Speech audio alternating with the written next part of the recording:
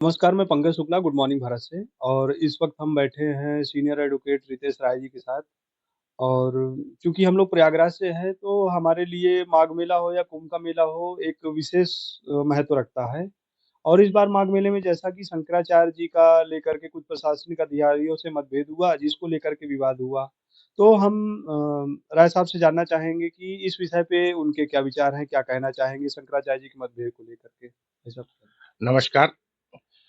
सर्वप्रथम तो मेरा आदि शंकराचार्य गुरु जी के चरणों में प्रणाम है।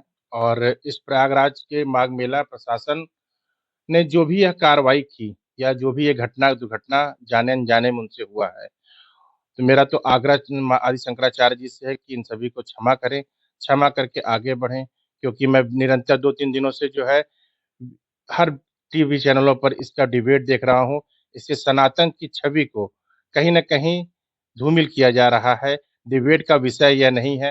शंकराचार्य जी ने अगर अनशन किया है, तो उनके चरणों में सबका प्रणाम है और वो इसको गलती समझ करके माफ़ करके आगे बढ़ें।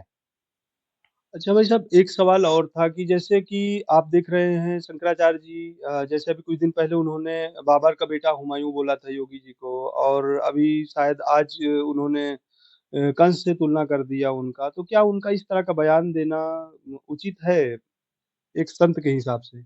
देखिए, मैं तो उनकी बातों पे टिप्पणी नहीं करूँगा, लेकिन मैं ये ज़रूर कहूँगा कि योगी आदित्यनाथ जी ने जो एक एग्ज़ाम्पल आज उत्तर प्रदेश में सेट किया है, पूरे विश्व पटल पे जो है, उन्होंने सनातन को और सनातन में होते हुए एक अच्छी व्यवस्था कैसे चलाई जा सकती है, इसका उन्होंने नज़ीर दिया है।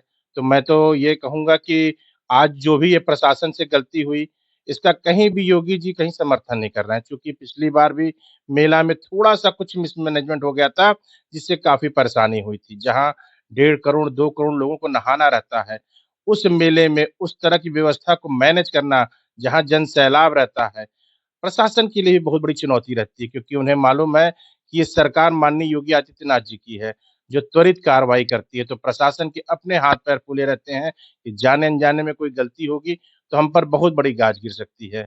तो उन पर भी प्रेशर रहता है, उसका दबाव भी देखिए कि माननीय योगी आदित्यनाथ जी की व्यवस्था ही है कि ज़रा भी कोई टिप्पणी नहीं हो पाती है। किसी ने कोई टिप्पणी नहीं किया। पूरा पिछले वर्ष का कुंभ मेला विश्व में सबसे बड़ा मेला था। 70 करोड़ लोगों ने नहाया, कोई अप्रिय घटना नहीं हुई।